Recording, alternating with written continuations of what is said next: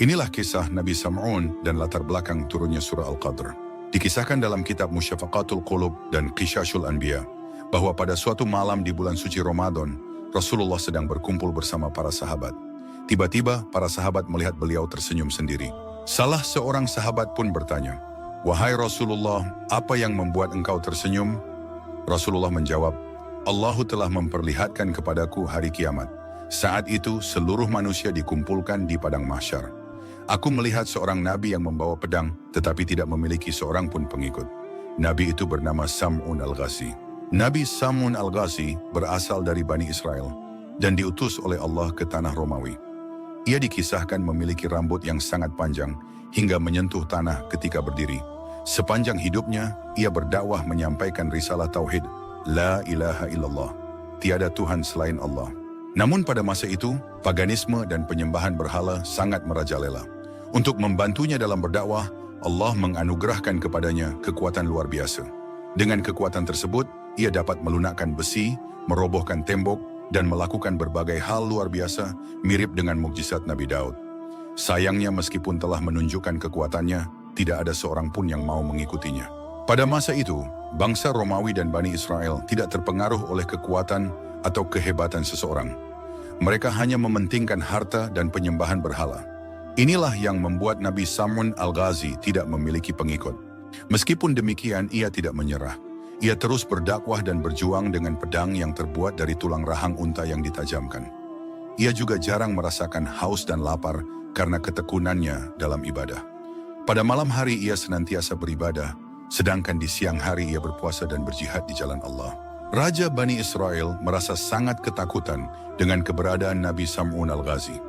Ia dan para pembesar kerajaan sepakat untuk tidak menghadapinya dengan kekuatan, karena mereka tahu bahwa mereka pasti kalah. Akhirnya, mereka menyusun siasat. Sang raja mengadakan sayembara dengan hadiah berupa harta, emas, dan permata bagi siapa saja yang dapat menangkap Nabi Sam'un dalam keadaan lemah. Kemudian, raja memanggil istri Nabi Sam'un dan menghasutnya. "Apakah engkau mencintai suamimu?" tanya raja. "Tentu, wahai raja," jawab istrinya. "Kau tahu bahwa suamimu membuat kami semua ketakutan?" Lanjut raja. "Iya, aku tahu," ujarnya. "Aku memiliki tawaran untukmu. Jika kau dapat menemukan kelemahannya dan membuatnya lemah, kami akan memberimu perhiasan, emas, dan permata yang melimpah." Karena tergiur dengan tawaran itu, istri Nabi Sam'un pun menyanggupi perintah raja. Pada malam pertama, ia mencoba mengikat Nabi Sam'un dengan tali yang kuat. Namun ketika melihat suaminya sedang khusyuk dalam sholat, ia mengantuk dan akhirnya tidak melaksanakan rencananya. Pada malam berikutnya, ia berhasil mengikat Nabi Sam'un. Ketika Nabi Sam'un terbangun, ia terkejut dan bertanya, "Wahai istriku, apakah engkau yang mengikatku?" "Aku hanya ingin menguji seberapa kuat engkau, wahai suamiku," jawabnya. Namun upayanya itu sia-sia. Keesokan harinya, ia kembali mencoba mengikat Nabi Sam'un dengan tali yang lebih kuat, tetapi tetap tidak berhasil. Karena cara itu tidak membuahkan hasil, ia pun merayunya dengan kata-kata manis agar suaminya mau mengungkapkan kelemahannya. Karena kecintaannya kepada sang istri, Nabi Sam'un akhirnya mengungkapkan rahasianya. Ia mengatakan bahwa kelemahannya adalah jika dirinya diikat dengan rambutnya, maka ia akan kehilangan kekuatannya. Keesokan harinya, istri Nabi Sam'un mengikatnya dengan menggunakan 4 helai rambutnya, 2 di tangan dan 2 di kaki. Ternyata benar Nabi Sam'un tidak dapat melepaskan diri dari ikatan tersebut. Istri Nabi Sam'un segera melaporkan hal ini kepada raja. Nabi Sam'un pun ditangkap, dibawa ke istana, diikat di sebuah tiang, dan disiksa secara perlahan. Mereka memotong telinganya, bibirnya, kedua tangan, serta kedua kakinya. Di tengah penderitaannya, malaikat Jibril turun dan bertanya, "Wahai Nabi Allah, apa yang engkau inginkan?" Nabi Sam'un menjawab, "Aku memohon ampun kepada Allah atas kesalahanku, yang seharusnya tidak memberitahukan kelemahanku, bahkan kepada istriku sendiri. Aku juga memohon agar kekuatanku dikembalikan, sehingga aku dapat menghancurkan tiang istana ini." Allah pun mengabulkan doanya.